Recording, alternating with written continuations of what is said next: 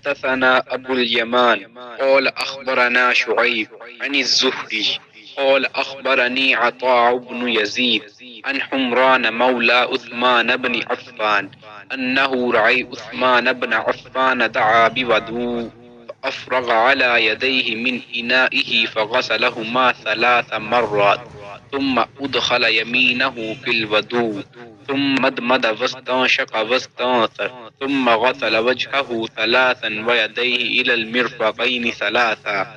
ثم مسح برأسه ثم غسل كل رجل 3 ثم قال رأيت النبي صلى الله عليه وسلم يتبدأ نحو وضوئي هذا وقال ما تبدأ نحو وضوئي هذا ثم صلي ركعتين لا يحدث فيهما نفسه غفر الله له ما تقدم من ذنبه. ہر لمحہ پیغمبر لگے خیر البشر رتبہ تیرا آواز حق خطبہ تیرا.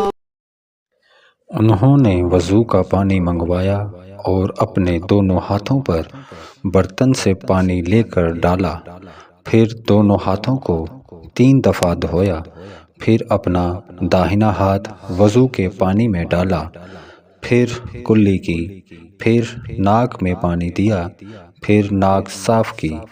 پھر 3 دفعہ اپنا منہ دھویا اور کوہنیوں تک 3 دفعہ ہاتھ دھوئے، پھر اپنے سر کا مسح کیا، پھر ہر ایک پاؤں 3 دفعہ دھویا،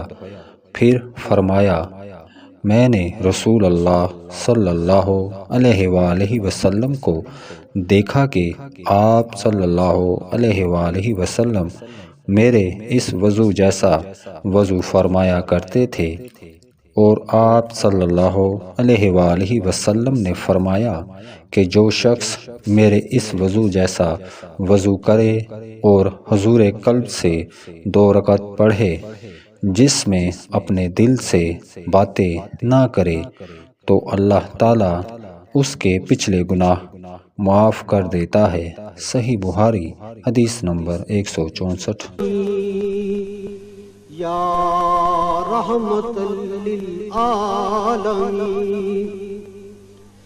تو آفتاب غار بھی